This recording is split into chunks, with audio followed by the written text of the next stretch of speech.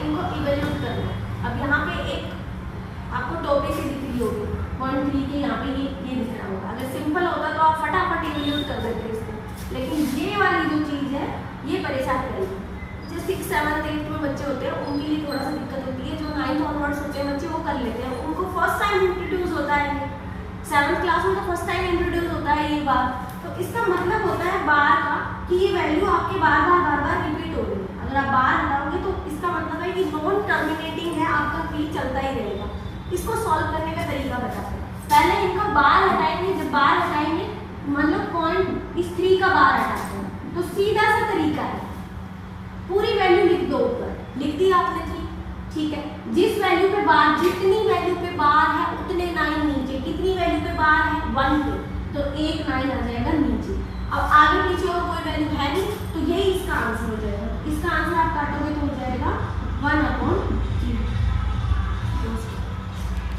Okay बेटा, दूसरा एक और समझाएंगे तब आपको समझ में आ जाएगा। तो सेकंड आपका है 4.7। अब देखिए इसके ऊपर बार है तो पहले पूरा पॉइंट वाली वैल्यू यहाँ लिख देते हैं। पॉइंट वाली वैल्यू आप यहाँ लिखोगे। 7 है, 7 कंप्लीट ऊपर लिख दो। एक वैल्यू पे बार है तो एक 9 नीचे। अब एक फ्रैक्शन आ गया, अब इसको सॉल्व करो। 9 4 जा 36, 36 और 7 42/9। ये किसी से कट नहीं रहा, इसको एज इट इज छोड़ दो।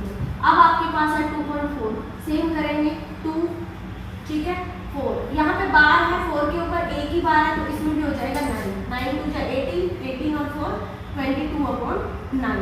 अब एक और एग्जाम्पल लेके समझा देती हूँ।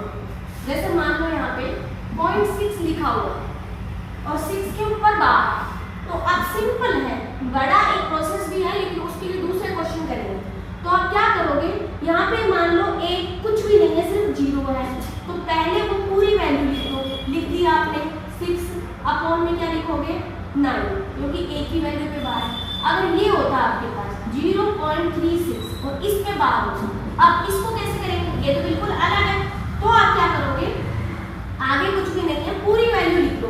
एक वैल्यू पे बार है तो नीचे 9 और इस बार के अलावा जो वैल्यू बची है उसका एक 0 नीचे, और बार के अलावा जो वैल्यू बची है वो यहाँ पे माइनस होता है। तो आंसर हो जाएगा 33/9।